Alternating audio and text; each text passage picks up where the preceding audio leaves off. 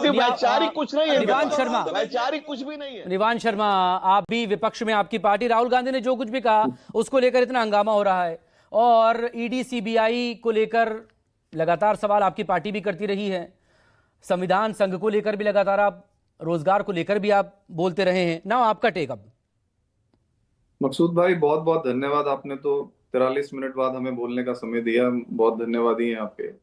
और एक भी थोड़ा सा कम समय है शायद मेरे पास, और इसलिए मैं एक दो लाइनें आपके सामने कहना चाहता हूँ कि बीजेपी की जीत की वजह ढूंढने कहाँ जाओगे, बीजेपी की जीत की वजह ढूंढने कहाँ जाओगे, राहुल ही वजह है, ये बात कब समझ पाओगे।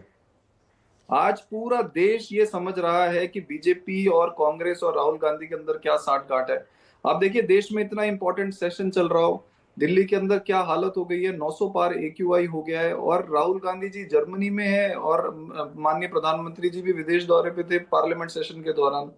जब देश के दोनों बड़े नेता विदेशों में ट्रैवल करेंगे, जब देश के दोनों बड़े नेता नॉन सीरियस होंगे, तो आप बताइए कैसे जनता के मुद्दों पर बात होगी। Priyanka Gupta, please let him complete. बहुत आखिर में उनके पास आया, उनको सुन लीजिए, फिर आप काउंटर कर दीजिएगा ना। पूछ रही हूँ केजरीवाल जी का, आप पूछ लीजिएगा, आप पूछ लीजिएगा, पहले उनको कंप्लीट करने दीजिए। नाउ निवान प्लीज कंप्लीट। ये लोग इतने फ्रस्ट्रेटेड हो गए हैं, इतने इम्पेशेंट हो गए हैं कि इनके पास सुनने की क्षमता ही नहीं है, ना कांग्रेस ना बीजेपी के पास। फ्रस्ट्रेटेड हो गए हैं, दोनों के नेता क्लूलेस हैं कि देश में क्या करना है। आज देश के अंदर एम्प्लॉयमेंट की बात करने वाला कोई नहीं है, आज देश के अंदर प्रदूषण की बात करने वाला कोई नहीं है, आज देश के अंदर महिला सुरक्षा की बात करने वाला कोई नहीं है, देश के इंफ्रास्ट्रक्चर पे बात करने वाला कोई नहीं है। मोदी जी को राहुल गांधी की पड़ी है, राहुल गांधी को मोदी जी की पड़ी है। बस इन दोनों के आपस में एक फ्रेंडली मैच चलता जा रहा है और देश बेवकूफ बनता जा रहा है। मीडिया चैनल्स पे आके भी ये दोनों जो है इसी बहस में लोगों को उलझाए रखे हैं।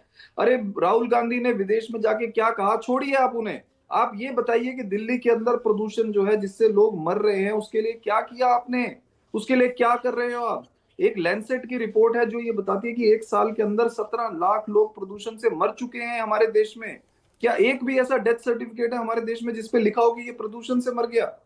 कोई जवाब नहीं है इन लोगों के पास। आज जीडीपी पर कैपिटा इनकम का क्या हाल हो गया हमारे देश में। गरीबी रेखा के नीचे कितने लोग, 80 करोड़ से ज्यादा लोगों को आप फ्री में खाना दे रहे हो। उस गरीब देश बना दिया हमारे देश को, लोगों को भिखारी बना दिया आप लोगों ने। लोगों के पास काम नहीं है करने के लिए, और आपके पास मुद्दे नहीं है। एक विश्व गुरु बनाने में लगा है देश को, झूठा विश्व गुरु, और एक जो है विपक्षी नेता ऐसा है जिसके पास कोई ना उसके पास कोई सेंस है, ना उसके पास कोई कमिटमेंट है। वो जब देश में कुछ इंपॉर्टेंट होता है वो विदेश भागा होता है। धनंजय जी 30 सेकंड में रिस्पॉन्ड करेगा। मैं फाइनल कमेंट संजीव जी से लूंगा। कितना क्या डर गए, दिख ही नहीं रहे। मकसूद जी, जो शीश महल में रहने के कारण जिनके ख्वाब शीशे की तरह टूटे, वो भी अगर जनता की बात करने आते हैं, जो लुके फिर रहे हैं। केजरीवाल कहाँ गए? केजरीवाल कहाँ गए? केजरीवाल कहाँ गए? केजरीवाल जो पूरे देश खोज रहा है कि कहाँ किस कोने में चले गए केजरीवाल। ये देश की जनता ने वही हाल किया केजरीवाल का, जो शीश महल के ख्वाब तुम्हारे ख्वाब शीशे से टूट गए और बेड़ा गर्क हो गया। ले आए हैं जहाँ तक देश आज तक कभी नहीं। भाईजान आपके बीच में बोला नहीं था निवान शर्मा जी। निवान शर्मा जी अभी ज्ञान दे रहे थे कि सुनने की क्षमता समाप्त हो गई है, और अभी बीच में चिल्लाने लगे। अरे जब प्रवचन दीजिए तो थोड़ा अपने ऊपर भी लागू करिए प्लीज। मैंने तो कितना ध्यान से आपको सुन लिया, आप नहीं सुन पा रहे निवान जी। प्रियंका गुप्ता का टाइम नाउ। देखिए मकसूद जी, मैं ये पूछना चाहती हूँ, मैन्युफैक्चरिंग की बात हो रही थी। मैन्युफैक्चरिंग में मैं इनसे पूछना चाहती हूँ कि भारत देश अभी भी चीन से 9 से 10 गुना पीछे, और हमारे पास एक इतनी बड़ी यूथ की जो है, कहना चाहिए जो युवा पावर है वो हमारे पास है। सबसे बड़ी मार्केट हम है, फिर भी मैन्युफैक्चरिंग में सबसे ज्यादा पीछे है आज। और आप ये बताइए कि जो जीडीपी की Sanjeev ji final comment. Sanjeev Trivedi ji final comment.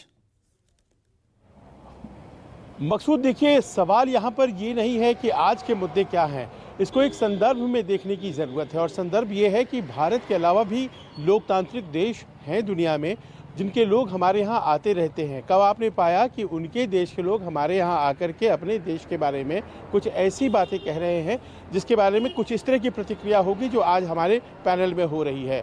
लोकतांत्रिक देश अमेरिका है, वहाँ ट्रंप के विरोधी हैं बर्नी सैंडर्स, वहाँ पर हिलेरी क्लिंटन है, वहाँ पर और दूसरे तमाम लोग हैं, कमला हैरिस हैं।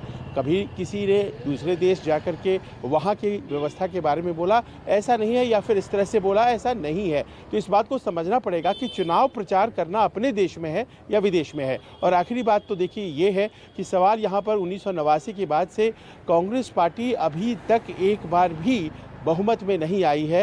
एंड इट्स गुड 34 ईयर्स, अगर इतना है 34 साल हो गए अगर नहीं आई है तो फिर वो मसला हो जाता है ना कि जो धूल थी वो चेहरे पर थी और आईना साफ कर रहे थे। इन बातों को बाहर बोल करके क्या नतीजा निकलेगा इस पर विवेचना हो सकती है। बहुत शुक्रिया आप सभी लोगों का इस अहम मसले पर बात करने के लिए। नजरें बनी रहेंगी, बाकी और खबरों पर भी आगे बढ़ने